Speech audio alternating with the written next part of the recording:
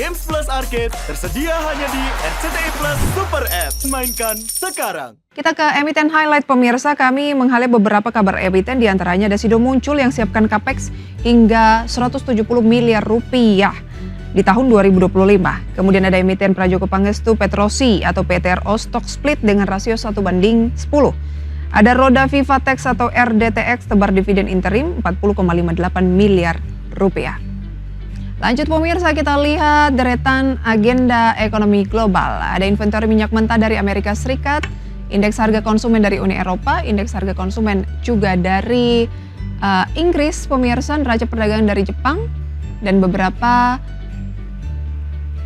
agenda ekonomi global lainnya. Kita beralih pemirsa untuk melihat agenda emiten. Di antaranya ada RUPS, cukup banyak RUPS pemirsa, mulai dari HATM, kemudian juga di sana ada KKGI, selanjutnya ada IATA, dan FIFA, sejumlah saham lainnya. Sementara untuk dividen tunai ada RELF, IDEA, POWR, dan WIKA, rencana call option obligasi berkelanjutan tahap 1, dan Bayen X dividen tunai interim. Update dari Bursa Asia yang bisa menjadi acuan seperti apa pembukaan perdagangan di IHSG atau Bursa Saham Indonesia. Nikkei Jepang turun 0,57%, Straits Times Singapura turun 0,2%, Kospi Korea Selatan beranomali dengan kenaikan 0,77% dan Hang Seng Hong Kong pemirsa turun 0,48%.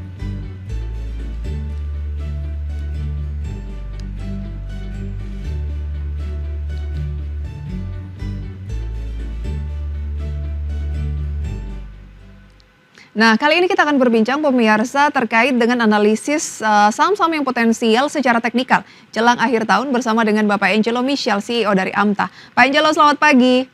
Selamat pagi Mbak Prisa. Terima kasih untuk waktunya Pak Angelo.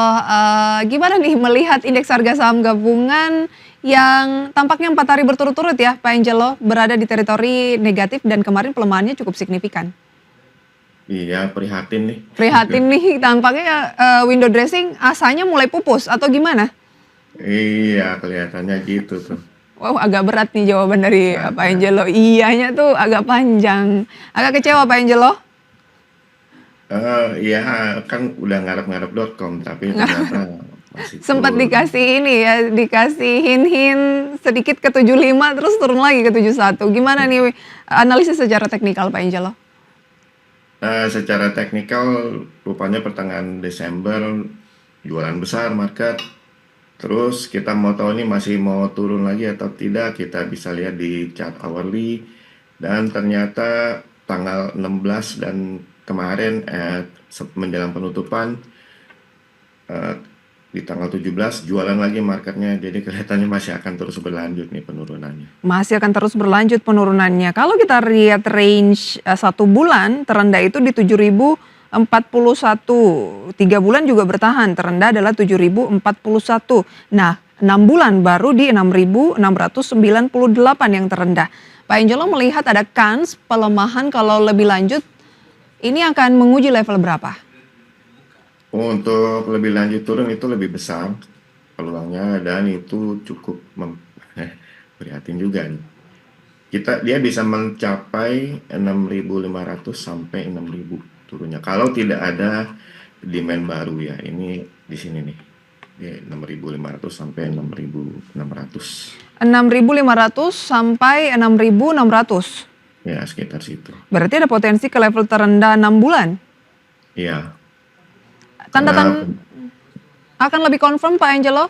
Kalau ini kan masih di 7.100 Pak, biar nggak terlalu was-was kok ada potensi ke 6.600.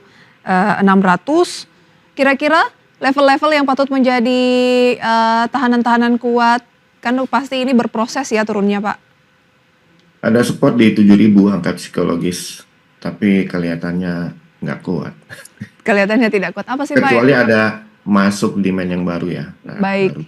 Kalau dilihat dari persentase kan pelemahannya memang cukup dalam. Tapi Pak Angelo, indikator utama yang melihat Pak Angelo lihat bahwa ya memang ada potensi indeks harga saham gabungan koreksi lebih jauh itu apa saja? Terutama adalah dari volume ya, ini kan saya selalu menggunakan analisis market volume karena itu mencerminkan kekuatan pergerakan harga. Waktu jualan tuh volumenya besar sekali, jadi tekanan untuk bawa market turun juga sangat besar. Jadi berat untuk naik. Berat untuk naik. Kemarin net sale 1,54 triliun rupiah di pasar reguler, satu pekan terakhir sudah 4,5 triliun, satu bulan 10,16 triliun, 3 bulan terakhir 30,41 triliun di pasar reguler saja. Angka ini cukup besar ya Pak Angelo? Ya, tapi yang paling penting adalah perbandingan antara beli dan jualnya, itu yang jualnya besar sekali ya. Sementara yang belinya Nggak melawan. nggak melawan jauh ya, baik. Lantas Pak Angelo melihatnya indeks harga saham gabungan saat ini trennya apa Pak? Untuk jangka pendek bearish, Untuk jangka pendek menengah bearish. mulai ke arah bearish. Jangka menengahnya juga mulai ke arah bearish. Ya, bearish ya, jadi ya prihatin lah. Prihatin lah Pak Angelo. Kemanapun arah indeks harga saham gabungan pastinya kan tetap ada peluang. Nggak mungkin ratusan saham di pasar modal akan mengikuti IHSG semua. Nah peluang, ini peluang baik untuk saham-saham yang seperti apa menurut Pak Angelo? Saham-saham dengan likuiditas kecil sampai sedang ya. Kalau yang Big yang caps? liquid, big caps susah ya. Oke, kita ke big caps dulu karena kan untuk investasi pasti banyak yang mengantongi big caps. Nah, mana big caps yang menurut Pak Angelo saat ini lagi harap-harap cemas? Semuanya kurang bagus juga. Jadi, Semuanya kurang bagus. mungkin kecuali brand ya, brand. Kecuali brand. Jadi banking, kemudian infrastruktur, telekomunikasi di sana juga menurut Pak Angelo saat ini Belum ada tanda-tanda bagus. belum ada tanda-tanda bagus. Masuk pun belum juga Pak Angelo. Jangan nanti nyangkut. Jangan nanti nyangkut. Pak Angelo, kalau berbicara mengenai yang paling besar biasanya itu adalah perbankan, misalnya perbankan big caps.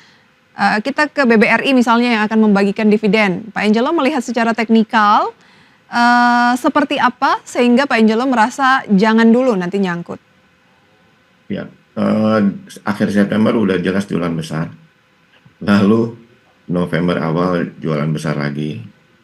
Sampai kalau kita lihat di chart hourly ya, di chart hourly itu jualan besarnya ya di awal bulan ini. Awal bulan ini, jadi kurang menjanjikan untuk mengharapkan dia akan rebound dalam waktu dekat, kecuali ada demand yang baru ya. Ini sampai menjelang penutupan kemarin sore aja tuh jualan. Kalau misalnya kita akumulasi untuk jangka menengah, Pak Angelo tetap tidak sarankan dulu. Untuk jangka menengah, timingnya masih belum bagus. Walaupun kalau jangka panjang udah pasti bagus ya. Ini karena ada support yang harus dicoba dulu di sekitar 3.800 ya. Tapi nggak harus coba di sini. Kalau tiba-tiba muncul demand ya dia lanjut ke atas. Tapi kalau demand baru belum muncul ya bisa ke 38 dulu. Ke 38 dulu ya. Ya. Untuk jangka menengah, pola apa yang sedang terbentuk oleh BBRI? Untuk jangka menengah belum ada pola apa-apa ya. Dia lagi tunggu pola reversal di area spot ini. Baik. 38. Itu dia analisisnya. Analisis ya pemirsa bukan direkomendasikan oleh Pak Angelo mengenai BBRI ini. Nah, saham apa yang Pak Angelo lebih rekomendasikan? Nanti akan kita ulas di segmen berikutnya. Usai jeda pemirsa, tetaplah di Market Buzz.